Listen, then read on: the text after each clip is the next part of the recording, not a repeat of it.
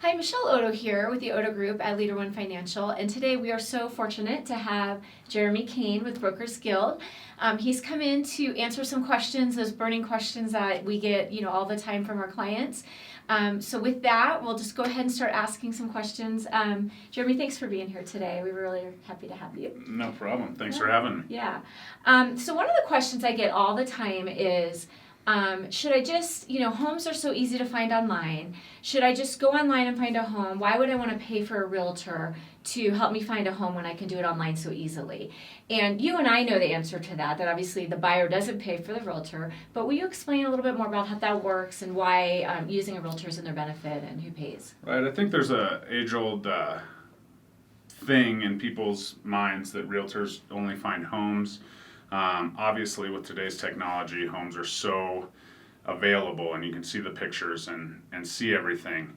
You need a realtor usually to walk you through the home, but my job really starts, once we identify a home that we want to go under contract on.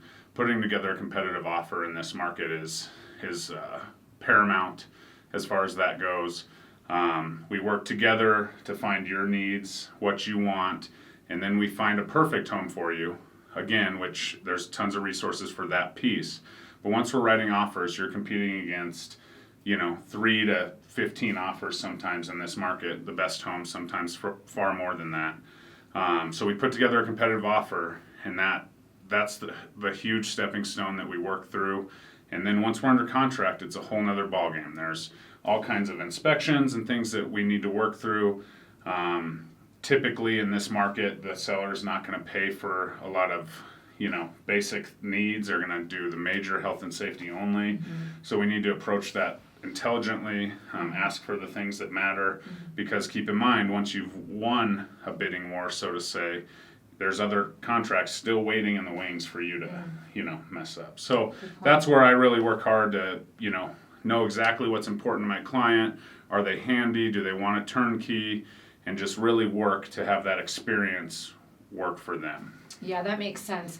And I know a lot of times people don't realize how much of that negotiation behind the scenes could make or break a deal. The listing agent, if they feel like it's going to be a difficult transaction, they might choose a different contract just for that reason alone. Right. So having the right buyer's agent is really important. Who pays for your services? I mean, you're a great guy, but you don't work for free, right? I don't work for free, yeah, but right. Well, that's a two-headed question. The buyer's money does pay for the realtor. However, it comes out of the seller's proceeds. So the buyer buys the home for a certain amount, and the seller typically pays the buyer's agent as well as the listing agent. Right. So that's really you're getting representation and someone to have your back for free. In a turnaround backwards kind of way. Yeah, so. I mean it's included in their purchase price, so right. Technically they're not coming up with extra money out of their pocket just to pay for your fees. Right. And I know sometimes you have to drive around, for months to find a home. There's a lot of work that goes in. I always say today you don't make an offer and get it accepted, you win a home. I mean, if you get your offer accepted, you're winning. Right, so. and I'm typically pretty good about getting people under contract in short order. You're great at it. I average about 2 to 3 in the lower price points of offers made. That's not a promise, but that's kind of what I shoot for. Yeah. And I do that a lot, going back to something you said earlier, is really working towards building a relationship with that listing agent. Because if you build a relationship with a listing agent, they're going to come to you when it's all said and done and say, hey man, love your offer, are your clients willing to do this? And then you kind of have that last say as long as you build that relationship. And over the years, every time I do a transaction, I put the agent in my phone and they're still in there. And as they say, closings happen every day, so they are my competition, but it's more important to me to build a relationship with those people so that when my name comes across on an offer, they know that we're